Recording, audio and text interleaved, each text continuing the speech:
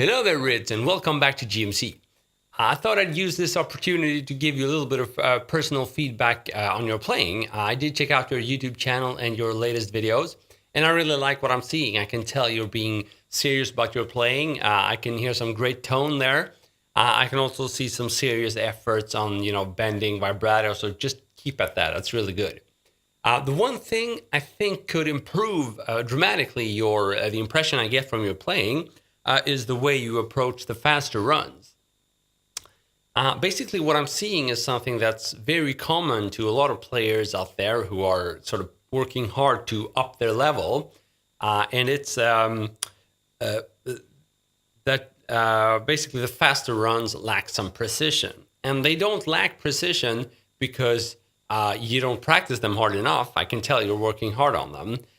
They lack precision because in your practicing, you're staying a little bit above your comfort zone. And what that does, it never really allows you to fix the core issues with those faster runs.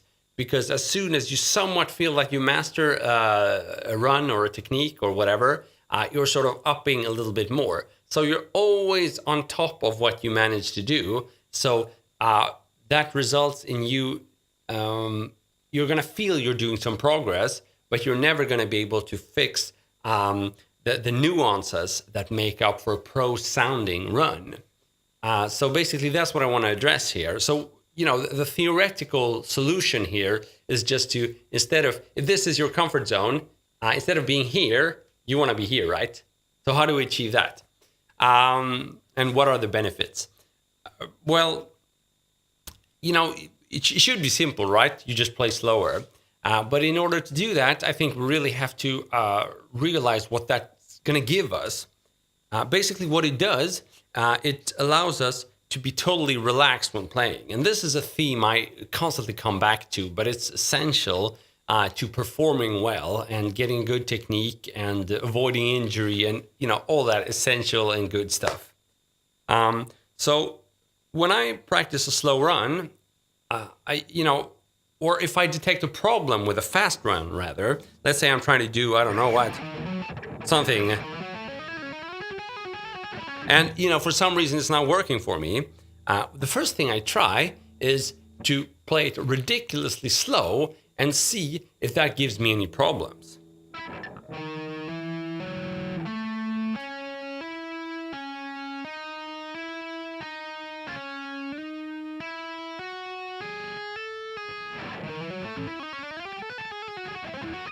And what I find for a lot of players that have problems with the fast runs, they can't really play them slowly without any mistakes.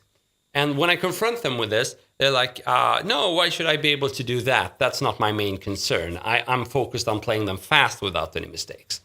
However, that's a huge logical error there, because you're never going to be able to play those runs cleanly in a controlled way if you can't play them slowly. That's just impossible. So if you think that if your goal is to play fast and play well, you got to practice fast. That's only half the truth. The other half is you got to practice really slowly. Even though you feel you could play faster, you still got to play slower. And when you do that, there are some things you have to consider. When you practice slowly, you don't want to be using motions that don't convert into higher speeds. So it might be tempting when you're playing slowly to do,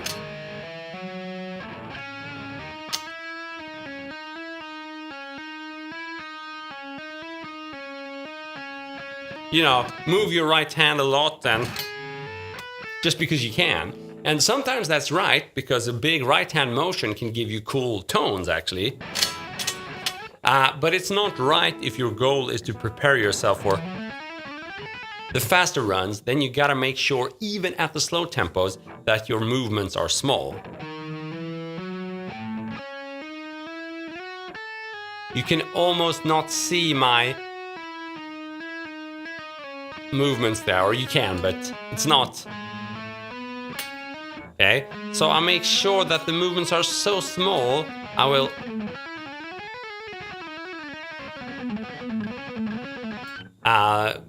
be able to use them at a faster tempo as well.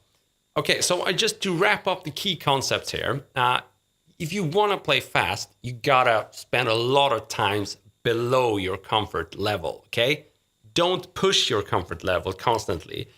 Be below it. That's when you can get control, and that's when you have time to think about being totally relaxed, and you have time to think about minimizing your movements, and you can make sure there are no missed notes when you're playing slowly because they will follow you to the higher tempos.